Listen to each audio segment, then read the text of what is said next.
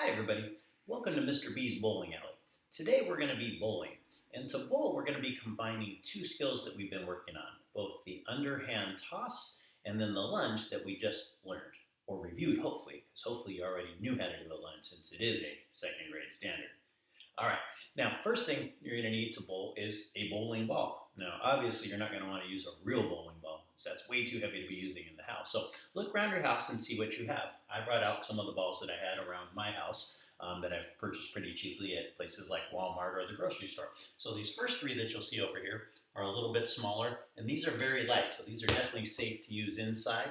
This is again a typical grocery store ball. Costs about $1.99, so this is a good thing to have around the house that you can play with inside. The next one I have is like a playground ball that you'll find at school. And this one actually, if you look closely, actually has a little bowling emblem on there, so I'm going to be using this one. This one's a little bit more bouncy and a little bit heavier, but still safe to use inside. And then I have my giant tennis ball. Now all of these again would be safe to use inside. Now down here I have more regular sports equipment. So there's a little mini basketball, a volleyball, or a soccer ball. If you're going to use a ball like this, you're probably going to want to set up your bowling alley outside on your patio or something like that. All right, let's go take a look at the pins, because in bowling we're going to need to use these balls to knock down some pins. All right, so here are some different options that you have for pins. Now I have a lot of cones at home, so I'm going to be using these for at least part of mine. So these are little cones like we have at PE. Just have this type of cone. And if you don't have something like that, you can substitute many things that you can find around the house. So I also have these water bottles here.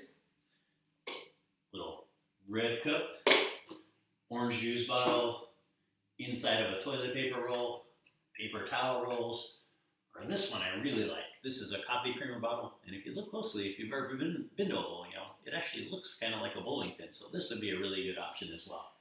All right, now once you have your pins selected, by the way, you can mix some of these up too if you don't have enough of them, and you're going to set up your pins in a bowling formation. Now at school, my students know usually we use a 3-pin formation, so there's just 3 pins here, 1 in the front, and then 2 in the back. If you want to set this up like a real bowling alley, that would look more like this one over here. So there are 10 pins here.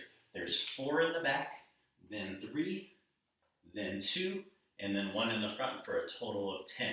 And in real bowling, you would get 2 balls to try and knock down all 10 pins. If you're playing with just 3 pins, you're going to want to try and knock them down in just 1 ball. Now to set up the next game, I also put some tape on the floor. So I'm going to move this closer so you can see.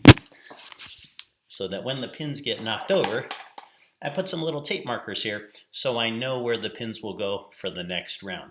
All right, so that's how you can select what type of pin and set up your pins. Now once you have your bowling pins and your ball selected, the next thing you need to do is just set up your bowling line so you know where you're bowling from. So my pins are over there. All I'm going to do is walk over to my pins. And I'm going to start by taking 5 big steps. 1, 2, 3, 4, 5. And that's where I put my bowling line here. Now you can also change this to challenge yourself. I would start with something close, like 5 steps. And as you progress through the game, as you get better, you can move the tape further and further back to give yourself an even greater challenge. All right, so now our bowling alley is set up. Let's talk about how we knock the pins down. Now, one very important thing to remember about bowling is that we're going to use one hand, our dominant hand. This is a mistake I see from some younger students. Now, with a light ball, this should never happen. At a bowling alley, I can understand why it might happen, because bowling balls are pretty heavy. But this is not bowling. You don't use 2 hands. We're going to be using one hand. Now, you're going to want to put the ball in your dominant hand just like this. Now, for some of you, the ball may be a little large, so it's okay to have your other hand, and it's a good idea, by the way, to have your other hand on the side of the ball. Now, the next thing we need to do is lunge. When we did an underhand toss, we just stepped and then tossed the ball. The problem with that, as I like to remind my students, is that's going to result in a bouncing ball. And bouncing, bowling. Do those rhyme? Nope. But bowling does rhyme with rolling. So we want the ball to roll. But to get it to roll, you're going to have to, instead of just stepping, you're going to have to lunge, just like we practiced. And now you'll notice when I release the ball, it's going to be much closer to the ground, which is going to produce a roll instead of a bounce. So it should look like this. There, rolling on the ground. Now watch what happens if I release the ball too high. See the difference? That ball was bouncing. We don't want the ball to bounce. We want it to roll. So make sure you always take that lunge step with the opposite foot. So dominant hand, opposite foot. And just like that, the ball will roll. All right, so that's bowling. All right, so now that we know how to do it, I'm going to go ahead and take a couple of practice turns here so you can see the bowling in action.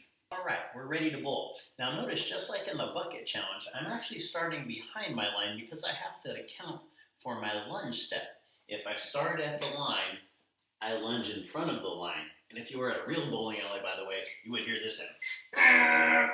And then no matter what score you got, it wouldn't count. So always make sure you're starting behind the line, so when you lunge, your both feet are still behind the line. All right, here we go. Dominant hand, lunge with the opposite foot, and roll. All right, so since I'm using the 10-pin configuration, I get 2 chances to knock down all the pins. So it looks like I got about half of them there, so I'll get those out of the way.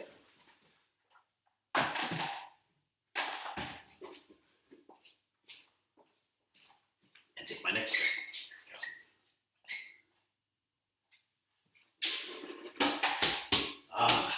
Left 4. So that was the end of my first turn. Now I'm going to change the pins to the water bottles just so you can see how they react just a little bit differently. All right, I'm ready for frame 2. In bowling, we call it in terms of frames. So this would be frame 2, and I changed the pins to the water bottle. So let's see how we do with this one. Remember, lunge with the opposite foot and roll.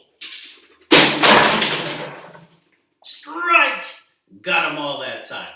Now, I had an advantage that time because the water bottles were a little bit lighter. So, little science here.